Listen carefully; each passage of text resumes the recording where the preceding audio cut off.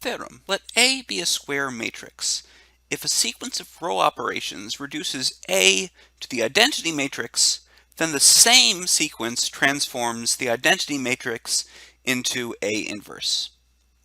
The idea, I'm not going to actually prove this, but the idea of the proof is that if we reduce the system of equations AE, so the augmented matrix AEI, so here EI is the ith standard unit vector, to the augmented matrix I with somebody over here, so here I is the identity matrix and then BI is just somebody. Well, if that's true, that means, remember from the system of equations stuff, that A times BI, that means that B sub I is a solution to the system ABI equals EI. So if I use the whole block multiplication thing that we talked about, we can conclude that A B1 Bn is equal to E1 En. But E1 through En, that partitioned matrix, is just the identity matrix. And so this guy over here must be A inverse.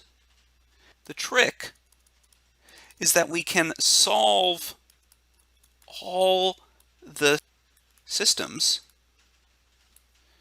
AX equals EI at once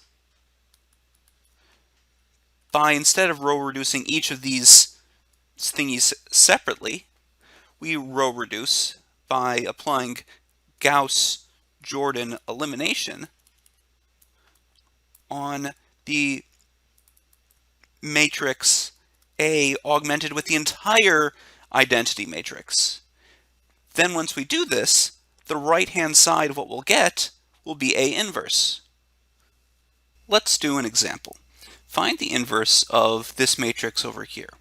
And we're going to do this using the Gauss-Jordan elimination method that we were just talking about. We start by putting this into an augmented matrix with the identity matrix on the right. The next thing we do is just we go about row reducing as normal. We go about applying Gauss-Jordan elimination just as we normally do. Well, the first thing we're going to want to do is we're going to want to clear this guy and this guy. We can do that by doing row 2 minus 2 row 1 and row 3 minus row 1, and this will give us the matrix here. So, okay, we've cleared everything under that first leading one. Now we need to clear this guy. And we can do that by doing row 3 plus 2 row 2. And that will give us this matrix. This part here, that's almost in reduced row echelon form. It's almost the identity matrix, except that we now need to get rid of this guy and this guy. And we can do that by doing the row operations, row 1 minus 2 row 3, and row 2 plus row 3.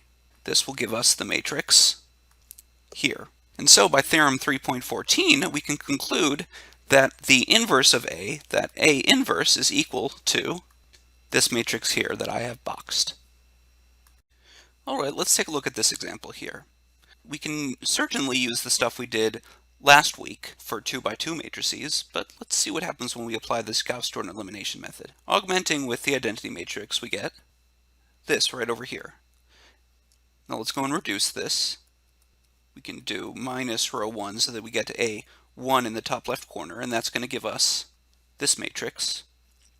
And then in order to eliminate that 2 over here, this 2, we can do row 2 minus 2 row 1, and this is going to give us this matrix.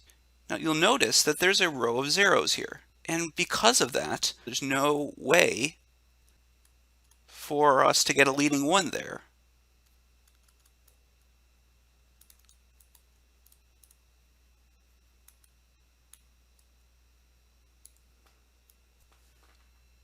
So, in other words, I can't actually get an identity matrix to the left of this vertical bar.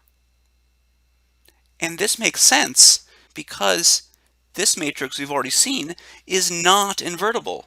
In fact, when we take its determinant, we're going to get 0. And we know by what we talked about last week for 2 by 2 matrices, a matrix with 0 determinant is not invertible. In general, if we apply the Gauss-Jordan elimination method and we don't get the identity to the left of the vertical bar, that means our original matrix was itself not invertible.